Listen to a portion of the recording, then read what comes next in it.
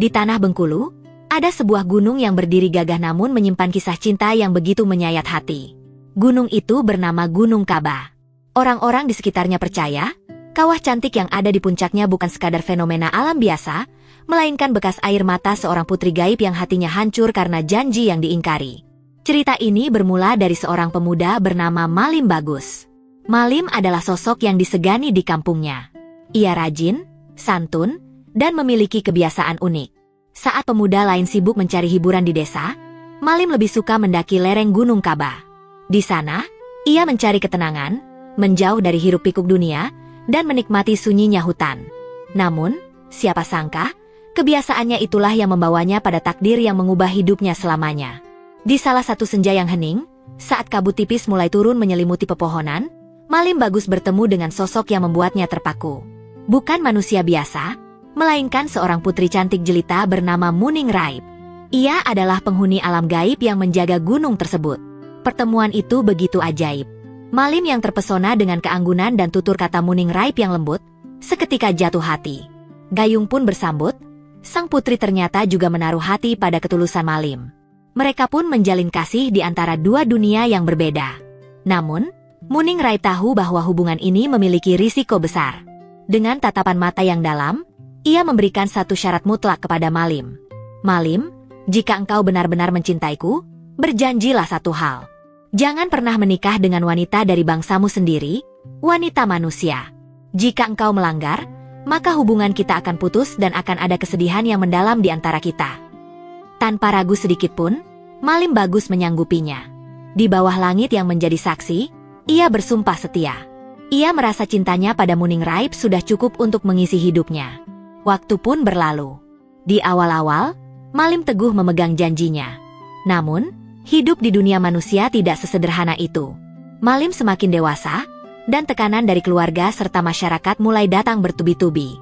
Orang tuanya yang semakin tua mulai bertanya-tanya, kapan anak kebanggaan mereka akan menikah? Teman-temannya satu persatu naik pelaminan, menimang anak, dan hidup bahagia. Malim mulai merasa kesepian di dunia nyata. Bisikan tetangga pun mulai terdengar menyakitkan telinga, mempertanyakan mengapa pemuda segagah Malim masih saja membujang. Perlahan tapi pasti, pertahanan hati Malim mulai goyah.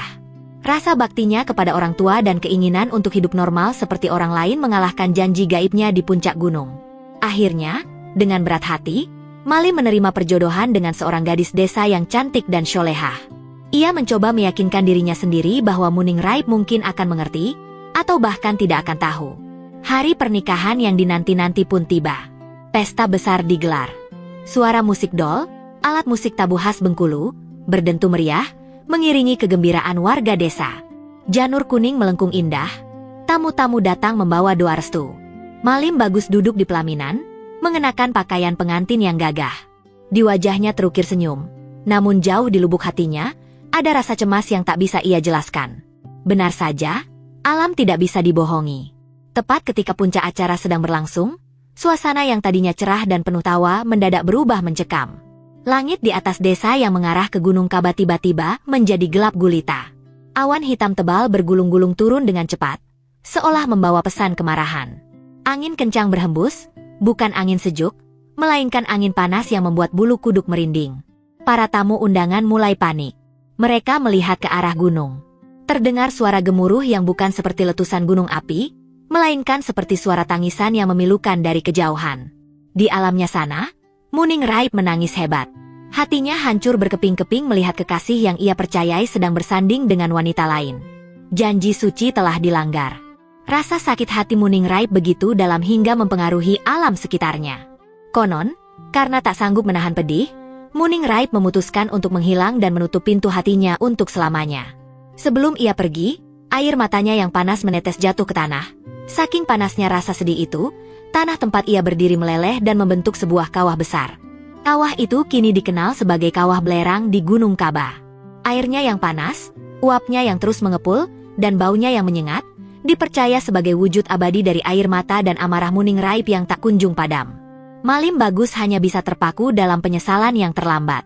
Ia sadar, ia telah kehilangan cinta sejatinya demi memenuhi tuntutan dunia. Hingga hari ini, legenda ini terus hidup di masyarakat Bengkulu.